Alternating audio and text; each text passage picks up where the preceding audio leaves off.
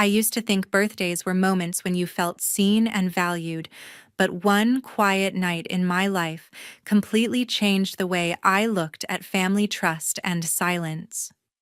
My name is Cassidy Walker, and the moment that stayed with me the most never felt like a celebration. It felt like I had stepped into something I couldn't understand yet, but somehow already knew was wrong. It was supposed to be an ordinary night. No loud party. No friends. Just a quiet dinner and a small moment inside our home. My older sister walked toward me holding a white envelope, gripping it tightly, as if it weighed more than it looked. She gave me a quick smile that never reached her eyes, then said calmly, "Dad sent this for you." I opened the envelope slowly because something about the way she stood made me hesitate, made me feel like I should be careful before even looking inside. It was $100. Nothing else. No card. No message. I looked back at her face, and this time she couldn't meet my eyes. Her jaw tightened. Her shoulders lifted slightly, as if she was bracing herself for a reaction she didn't want to face. Near midnight, when the house felt quieter than normal, I stepped into a corner and called my dad. He didn't ask if I was okay. He didn't ask how my birthday dinner was. He only said into the phone in a calm voice, "Do you like the new Tesla?" For a moment, I felt like I couldn't breathe. My fingers tightened around the phone and my voice dropped when I answered, "What Tesla? I only received $100. When I walked back into the room, my sister was standing near the hallway, and her face had gone completely pale. If you want to understand why that moment mattered, what that money really meant, and what happened after that call, stay until the end. Subscribe to this channel, hit the like button if moments like this feel familiar to you, and leave a comment telling me what you would do if you were in my place, because what happened next changed everything. When my mother died, nothing in our home stayed simple again.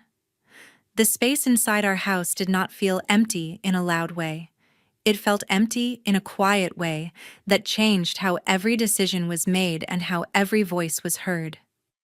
For the first time, I saw clearly how much weight my family structure placed on silence instead of care, and how easily roles shifted when the strongest emotional anchor disappeared. For the first time in this story, I need to explain exactly who stood inside that structure. My father, Richard, was a man who worked overseas for years at a time, always chasing contracts that kept money flowing, but kept his body far from our home.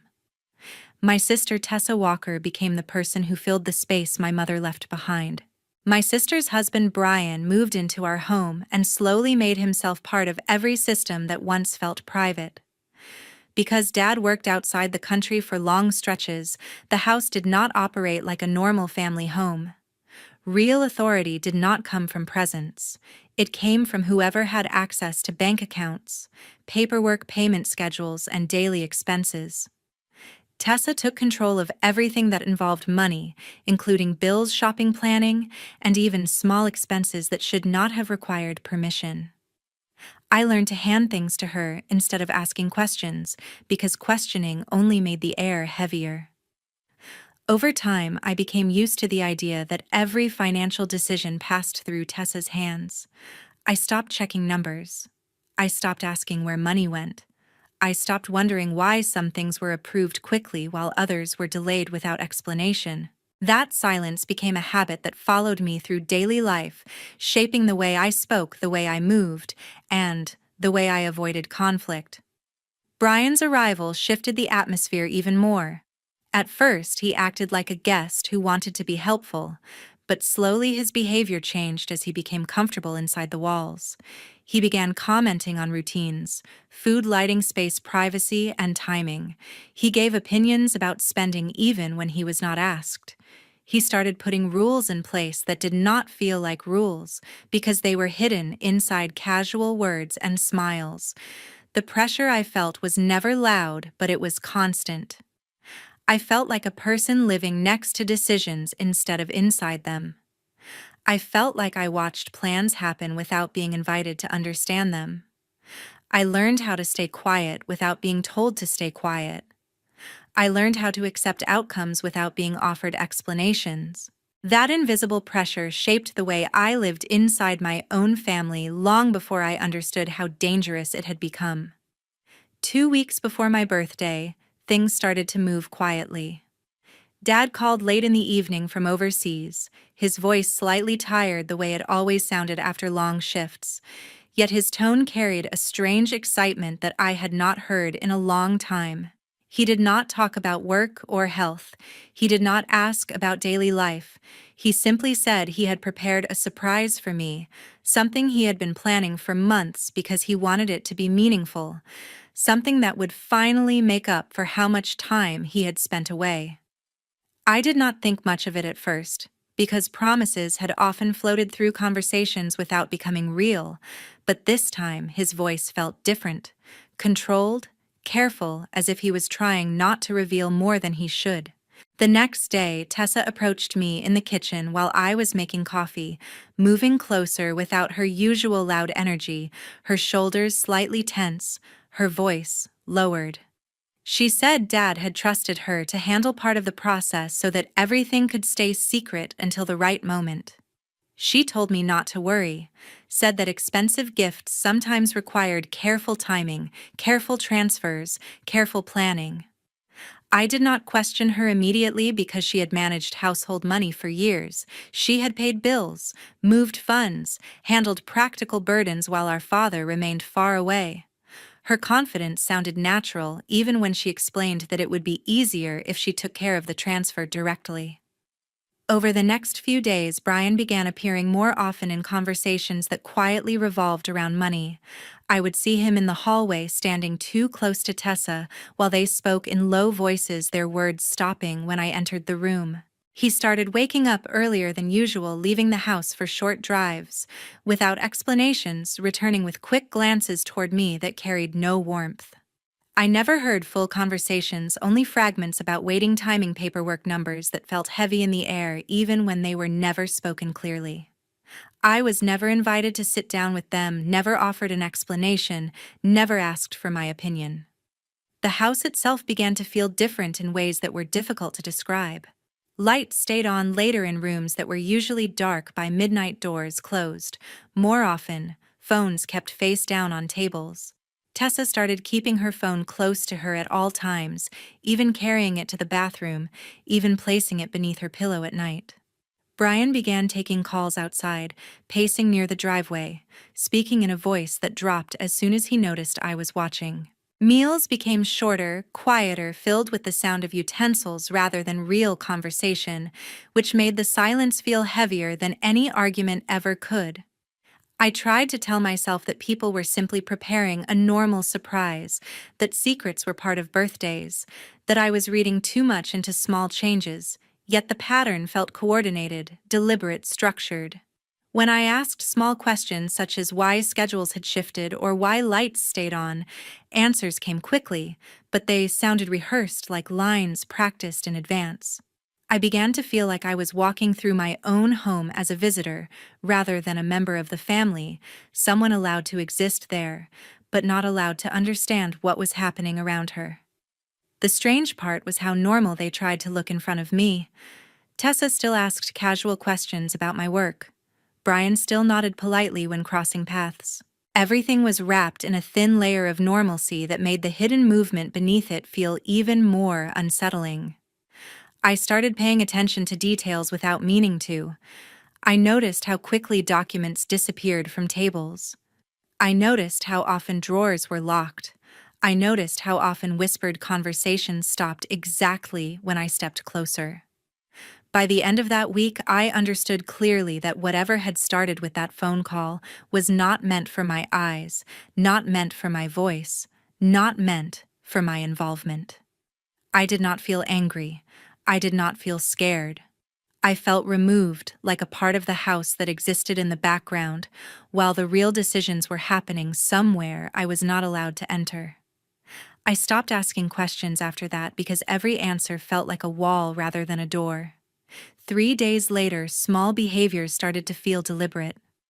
Tessa stopped looking at me when I spoke to her. It happened in small ways at first, then it became impossible to ignore. When I asked simple questions about groceries, schedules, or mail, her eyes shifted to the floor or the counter, her answers arriving late and carrying shapes that did not fully match what I asked. She began speaking in shorter replies, then walking away before I could follow up, as if distance itself had become part of her defense. I started to feel like every small interaction needed to be planned because nothing came naturally from her anymore. Brian started appearing in the house with objects that felt out of place. A new watch sat loosely around his wrist, catching light in a way that felt too deliberate to ignore. His shoes looked untouched by real use, clean in a way that suggested they had not walked through normal days. I noticed the way he held his phone now, turning the screen away from me, even when he was not using it, placing it face down as if it carried weight beyond basic privacy. He never explained where these things came from, and I never asked out loud, yet the silence between us spoke loudly. One afternoon, I found something that shifted my sense of safety in a quiet but permanent way. A stack of envelopes sat on the counter, left there in a rush or through carelessness, the edges slightly bent, the top sheet showing numbers that did not match any memory I had of our household. These were not normal grocery receipts or utility summaries. The amounts felt heavy. They felt serious. I did not read them fully. I did not need to. Their presence alone told me what I had not wanted to see before. For a long time, I had believed that money inside our home moved in clear paths. I believed that there were systems, boundaries, responsibilities that everyone respected. In that moment, I understood that this belief had been fragile for much longer than I wanted to admit. I began to wonder where the real control rested inside this house, who truly decided what moved, where, who benefited from the direction things were taking. This was the first time the idea fully formed in my mind that the structure I trusted might not exist at all. The air between Tessa and me changed without either of us naming it. She moved through rooms with careful posture, shoulders slightly forward, hands often occupied, as if keeping busy would protect her. When our eyes accidentally met, she looked away immediately, not with anger, not with hatred, but with something closer to fear. I did not challenge her.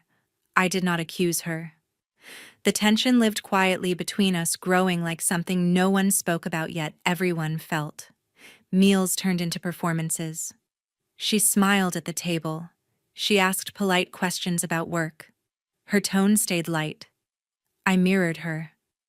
I spoke with a calm voice. I answered with gentle words. Anyone watching us would have seen a functional household, peaceful, orderly, stable. What lived underneath that surface felt nothing like peace. It felt like something tightening slowly, something invisible, pressing in from all sides. I began noticing timing. Doors that used to remain open stayed closed. Conversations that once flowed freely stopped whenever I stepped into a room. Phones were silenced more often. Drawers remained locked longer than necessary. It was not one large change that scared me. It was the pattern. It was the coordination. It was the realization that movement no longer happened by accident. Everything felt arranged. What frightened me the most was not the money. It was not the objects. It was not even the receipts. It was the way normality was being performed. I felt like I was living inside a carefully acted scene, one that required me to play my part without being handed the script. I stopped trusting easy answers. I stopped believing relaxed smiles. I began to move through the house with careful awareness, measuring steps, measuring words, measuring silences. The morning of my birthday arrived without celebration. I woke up earlier than usual, not because of excitement, but because something in the air felt heavier than it should have. The house was silent in a way that did not feel natural, like every sound had been carefully trained to stay hidden while everyone moved, as if they were carrying invisible weight inside their chests. When I walked into the kitchen, Tessa was already standing there, holding a white envelope tightly between her fingers, as though the paper itself carried pressure that could not be released too quickly. Her posture did not feel warm, and it did not feel relaxed. It felt rehearsed. She stepped closer, placed the envelope in my hand, then said clearly without hesitation, "Dad sent this for you." I did not open it immediately because something in the way she stood made me pause and study her face instead. Her fingers released the envelope too quickly, as if holding it longer would expose something she was trying to keep buried. Her jaw tightened in a way that did not match the calmness of her eyes, and her breath moved unevenly through her chest. I opened the envelope slowly. Inside was exactly $100, two crisp $50 bills. Nothing else. No note, no handwriting, no warmth attached. I kept my face calm even though the number felt louder than it should have. Tessa's hands hovered briefly in the air before retreating to her sides. Her shoulders shifted slightly and the corner of her mouth tightened, as if she had prepared herself for a reaction she did not want to witness. Brian stood at a distance near the doorway, far enough to avoid attention, but close enough to observe everything without asking questions. He did not speak. He did not move closer. His presence felt calculated, as if he wanted control without leaving footprints behind. I held the envelope for a few more seconds, allowing my thoughts to collect themselves without letting them surface on my face. The $100 sat inside my hand like a message that was incomplete, like a sentence that stopped in the middle. I placed the money back inside, folded the flap carefully, and returned the envelope to the table, not because I was done with it, but because I understood it was only the surface of something much deeper. I did not thank her. I did not accuse her. I simply watched her breathing change when I stayed quiet. That silence told me more than any explanation ever could. In that moment, I realized the envelope did not contain the full truth, and I realized that whatever had happened behind my back was organized carefully enough to make me believe that $100 was the whole story. I stayed calm. I stayed still. Inside my thoughts, I had already started building a quiet plan focused on bank records, transfer dates, messages, transaction records, and the invisible paths money takes when people believe they are safe from being questioned. That was the exact moment I understood the envelope was never meant to be honest. It was only meant to stop me from looking deeper. Later that night, I made a call I never planned. The house felt heavier after sunset, not because of noise or chaos, but because of the kind of quiet that presses inward and forces the truth to surface. I stepped away from shared rooms, moved into a small corner of the hallway, and held my phone longer than necessary before touching the screen, because part of me still hoped I was wrong, even though logic kept tightening around my thoughts like a closing circle. I watched the call connect and listened to the faint hollow sound of the international tone, noticing how my breath slowed, while my heartbeat refused to cooperate with that calm, as if my body already understood that something irreversible was about to happen. When Dad answered, his voice carried a warmth that made the silence around me feel even colder, and for a moment he spoke as if nothing had shifted inside our family, as if everything still lived inside the version of the story he believed was real. Then he said clearly and without hesitation, "Do you like the new Tesla?"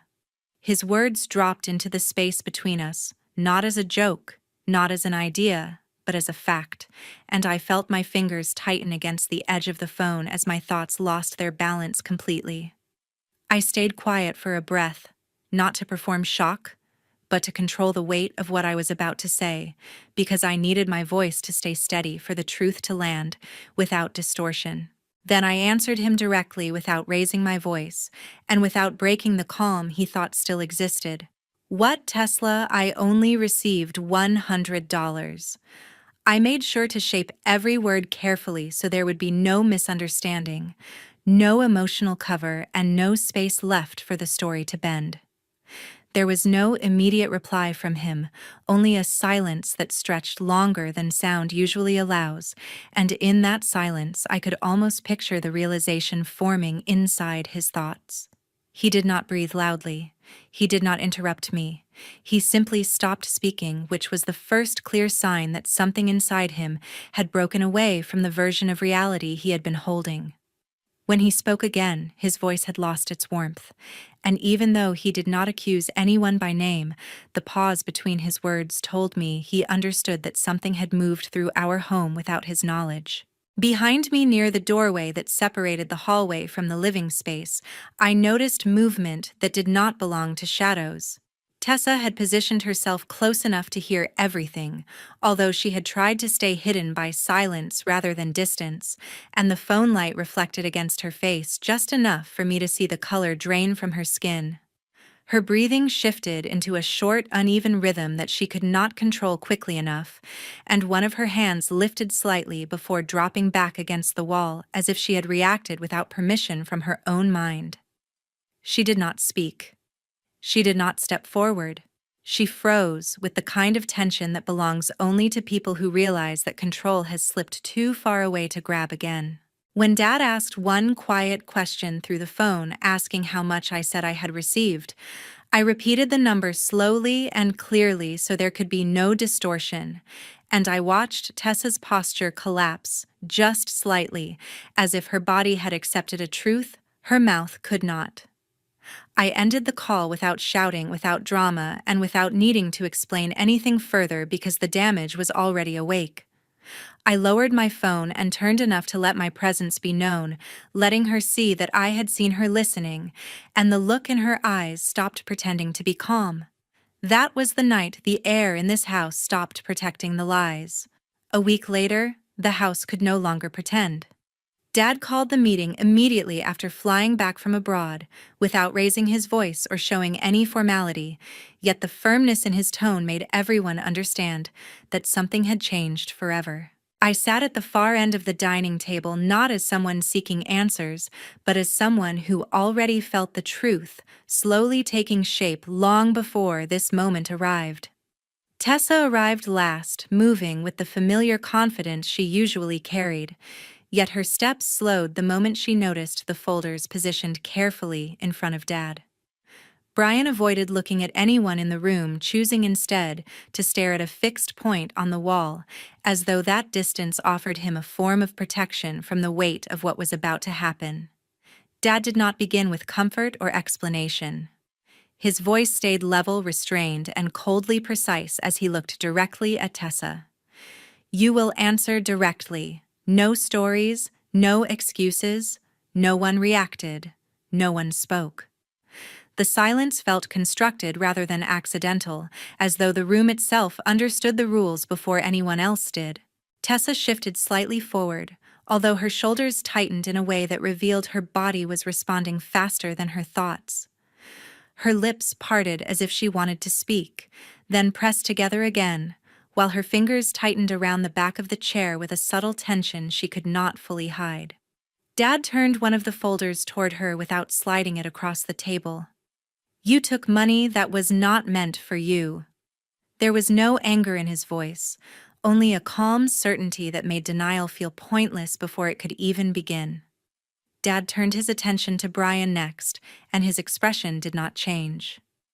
"You will explain how it moved." Brian hesitated before answering, and when he finally spoke, his voice came slower than usual, layered with the effort of forcing words past a truth he had tried to avoid. He explained the withdrawals in a controlled, almost technical way, describing how the amounts were divided spaced apart, disguised through routine labels, and redirected through intermediary accounts designed to avoid attention.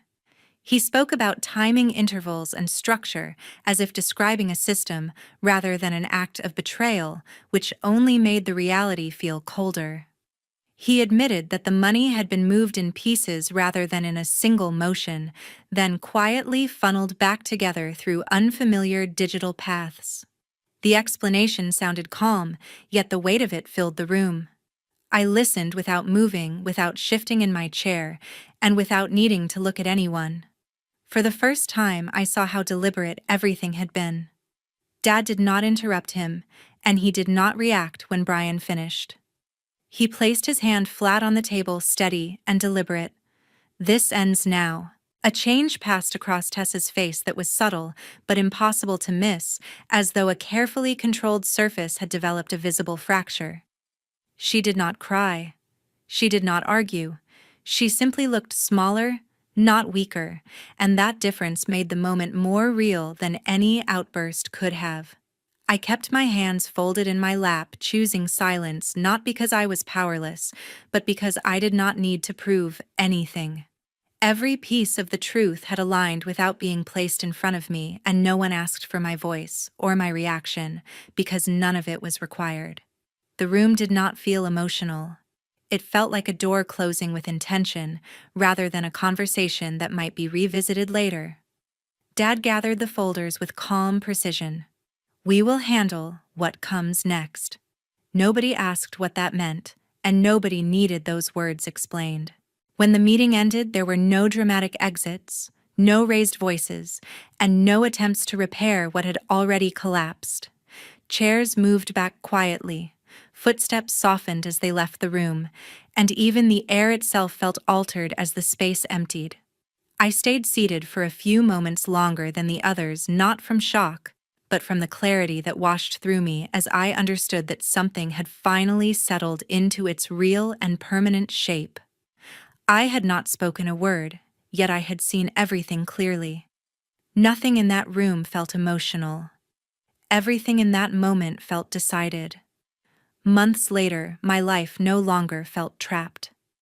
Living with Dad overseas changed the texture of every ordinary day in ways I never expected. The house was quiet in a way that felt stable instead of heavy, which allowed my thoughts to slow down without being swallowed by old habits or silent tension. I began to wake up without checking doors, without wondering who was watching, without asking myself when the next lie would surface. That simple peace was the first sign that I had finally stepped into a reality that did not depend on deception. Dad handled everything through proper legal channels, which mattered more to me than emotional apology.